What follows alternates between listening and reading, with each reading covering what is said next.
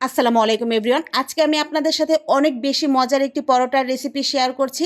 আর আমি গ্যারান্টি দিয়ে বলতে পারি, এই পরোটা যদি আপনি আপনার পরিবার পরিজনকে একবার বানিয়ে খাওয়ান, তাহলে সবাই এই পরোটার প্রশংসায় পঞ্চমুখ হয়ে যাবে। এই পরোটার স্বাদ মশলা দিলে এতই বেশি, যে কোনো রেস্টুরেন্ট বা হোটেলের পরোটার স্বাদকে এক নিমিষেই হার মানিয়ে দিতে পারে। এই ভিডিওটা সম্পূর্ণ ফলো করে আপনি যদি নিজে বাসায় তৈরি করেন, তাহলে আপনি বুঝতে পারবেন এই পরোটার টেস্ট অন্য যে কোনো পরোটার তুলনায় কতটা বেশি। আর ফুলকো ফুলকো এই পরোটাগুলোর ভেতরে এত বেশি লেয়ার তৈরি হয়, প্রত্যেকটা লেয়ার এরকম পাটে পাটে খোলা যায়। উপরের লেয়ার দুটো যেমনি ক্রিস্পি, ভেতরের লেয়ারগুলো তেমনি সফট। ক্রিস্পি এবং সফটনেসের কম্বিনেশনে এই পরোটাটা খেতে দুর্দান্ত হয়। অবশ্যই বাসায় একবার ট্রাই করবেন। আমার তো মনে হচ্ছে সবগুলো পরোটা এইরকম খুলে খুলে দেখাই পরোটার ভেতরে কতগুলো লেয়ার তৈরি হয়েছে। পুরো ভিডিওটা স্কিপ না করে দেখলে আপনি নিজেও তৈরি করতে পারবেন এরকম পারফেক্ট পরোটা। চেষ্টা করেছি পুরো ভিডিও জুড়ে পারফেক্ট পরোটা তৈরির অসংখ্য টিপস এবং ট্রিক্স শেয়ার করতে। আশা করি আপনাদের ভালো লাগবে। আর ভিডিওটার কোথাও একটু যদি ভালো লাগে, তাহলে অবশ্যই চ্যানেলটি সাবস্ক্রাইব করে রাখবেন পরবর্তী ভিডিওর নোটিফিকেশন পাওয়ার জন্য। আর অবশ্যই বেল বাটনটি অন করে রাখবেন। সম্ভব হলে ফ্যামিলি এবং ফ্রেন্ডসের সাথে শেয়ার করার অনুরোধ রইল। তো পরোটাটা তৈরি করার জন্য প্রথমেই এখানে আমি 2 কাপ ময়দা ব্যবহার করছি। আর আমি এখানে রেগুলার কাপ মেপে 2 কাপ ময়দা ব্যবহার করেছি, যেহেতু অনেকের কাছে মেজারমেন্ট কাপ থাকে না। আপনারা চাইলে এখানে ময়দার পরিবর্তে আটা ব্যবহার করতে পারেন, তবে এই পরোটার পারফেক্ট স্বাদ পেতে হলে অবশ্যই ময়দাটা ব্যবহার করার চেষ্টা করবেন, কারণ এই পরোটাটা ময়দা দিয়ে তৈরি করলেই বেশি ভালো লাগে। লবণ দিয়ে দিচ্ছি 1/4 চা চামচ।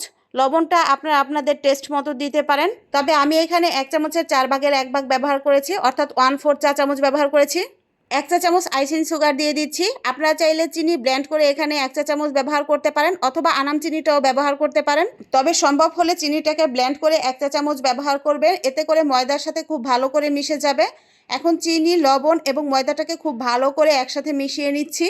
সবগুলো উপকরণ খুব ভালো করে মেশানো হয়ে গেলে যেই কাপে আমি ময়দা মেপেছিলাম, সেই একই কাপে 1 কাপ উষ্ণ গরম পানি নিয়ে নিয়েছি। আর যদি পানির তাপমাত্রাটা আপনি সঠিকভাবে বুঝতে না পারেন, তাহলে একটা আঙ্গুল ট্যাপ করে রাখতে পারেন। একটা আঙ্গুল ট্যাপ করে 1 থেকে 10 পর্যন্ত কাউন্ট করবেন। যদি সহনীয় মাত্রায় থাকে তাহলে সেই পানিটাই ব্যবহার করবেন। এখানে নর্মাল টেম্পারেচারের পানি বা ঠান্ডা পানি ব্যবহার করলে রুটিটা অনেক বেশি শক্ত হয়ে যাবে, আবার অতিরিক্ত গরম পানি ব্যবহার করলে অনেক বেশি নরম হয়ে যাবে, যা খেতে মোটেও ভালো লাগবে না। তাই অবশ্যই এই রুটিটা বানানোর জন্য উষ্ণ গরম পানি ব্যবহার করবেন। এখন পানিটা একটু একটু করে দিয়ে একটা সফট ডো তৈরি করে নিচ্ছি। ডোটা তৈরি হয়ে যাওয়ার পর এখানে দিয়ে দিচ্ছি 2 চা চামচ সয়াবিন তেল। সয়াবিন তেলটা ব্যবহার করে আবারও আমি মধ্যে নিব প্রায় 1 মিনিটের মতো। এখন আমি দেখিয়ে দিচ্ছি কতটুকু পানি রয়ে গিয়েছে।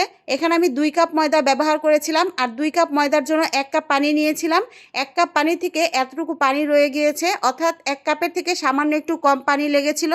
এ পর্যায়ে ডোটাকে 10 মিনিটের জন্য রেস্টে রেখে দিব। অবশ্যই ঢেকে রেখে দিতে হবে, তা না হলে উপরের দিকটা ড্রাই হয়ে যেতে পারে। এখন পরোটার ভিতরে ব্যবহার করার জন্য একটি মিশ্রণ তৈরি করে নিব। এর জন্য নিয়ে নিয়েছি কর্নফ্লাওয়ার। এখানে আমি 2 চা চামচ কর্নফ্লাওয়ার ব্যবহার করেছি, আর 2 চা চামচ কর্নফ্লাওয়ারের জন্য 4 চা চামচ তেল নিয়ে নিয়েছি। আর আপনাদের ঘরে যদি কর্নফ্লাওয়ার না থাকে, সেক্ষেত্রে কর্নফ্লাওয়ারের পরিবর্তে 2 চা চামচ ময়দা ব্যবহার করতে পারেন। কর্নফ্লাওয়ার এবং তেলটাকে খুব ভালো করে মিশিয়ে নিব।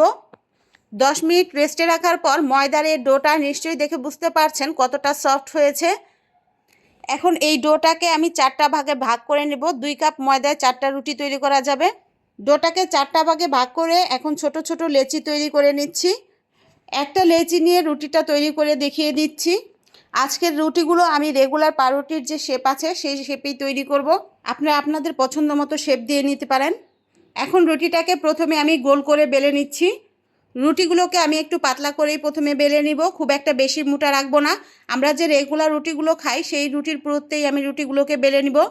নিশ্চয়ই দেখে বুঝতে পারছেন রুটির পুরুত্বটা কতটুকু হয়েছে। এখন তেল এবং কর্নফ্লাওয়ারের মিশ্রণটা নিয়ে নিয়েছি। এখান থেকে 1 চা চামচ পরিমাণ কর্নফ্লাওয়ারের মিশ্রণ নিয়ে রুটির উপরে খুব ভালো করে ছড়িয়ে দিব। হাত দিয়ে পুরো রুটিতে কর্নফ্লাওয়ারের এই মিশ্রণটা খুব ভালো করে মেখে নিতে হবে। এখন উপরে সামান্য একটু ময়দা ছিটিয়ে দিচ্ছি। রুটিটাকে একটু করে ভাঁজ দেব, আর কর্নফ্লাওয়ারের মিশ্রণটা দিয়ে উপর দিক থেকে সামান্য একটু ময়দা ছিটিয়ে দিব। প্রত্যেকটা লেয়ারে এই একই প্রসেসে কর্নফ্লাওয়ারের মিশ্রণটা দিয়ে একটু করে ময়দা ছিটিয়ে দিতে হবে। এতে করে রুটিগুলো ভাজার পর ভেতরে অনেকগুলো লেয়ার তৈরি হবে। তাই চেষ্টা করবেন প্রত্যেকটা ভাজে ভাজে এরকম ময়দা অথবা কর্নফ্লাওয়ারের একটা করে লেয়ার দিতে। আর আমি একটু পুরুত্বটা দেখিয়ে দিচ্ছি কতটা মোটা রেখেছি। আমি কিন্তু খুব একটা বেশি মোটা রাখিনি। আর এইভাবে বেশি করে রুটি বানিয়ে প্রায় 1 মাসের মতো ফ্রোজেন করে ডিপ ফ্রিজে সংরক্ষণ করতে পারেন। এখন আমি রুটিগুলোকে ভেজে দেখিয়ে দিচ্ছি। রুটিগুলো ভেজে নেওয়ার জন্য চুলায় একটা তাওয়া বসিয়ে হালকা একটু গরম করে রুটিটা দিয়ে দিচ্ছি।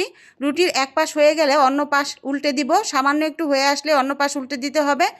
আর উল্টে দেওয়ার পর অন্য পাশও সামান্য একটু ছেঁকে নিব। উপর দিক থেকে রুটিগুলো একটু ফুলে উঠলে এ পর্যায়ে দিয়ে দিব তেল। চেষ্টা করবেন রুটির চারপাশেই তেলটা দিয়ে দিতে, এতে করে রুটিটা খুব ভালো করে ফুলবে এবং অনেক বেশি ক্রিস্পি হবে। নিশ্চয়ই দেখে বুঝতে পারছেন রুটিটা কতটা ফুলে উঠেছে। প্রত্যেকটা রুটি এইরকম ফুলকো হবে আর খেতে তো অসাধারণ হয়। অবশ্যই বাসায় একবার ট্রাই করবেন। আর ট্রাই করে থাকলে আমাকে কমেন্ট বক্সে কমেন্ট করে জানাতে পারেন যে আপনাদের রুটিগুলো কেমন হয়েছিল। সবাইকে অসংখ্য ধন্যবাদ জানিয়ে আজকের মতো বিদায় নিচ্ছি। সবাই ভালো থাকবেন, সুস্থ থাকবেন, আমাদের জন্য দোয়া করবেন। আল্লাহ হাফেজ।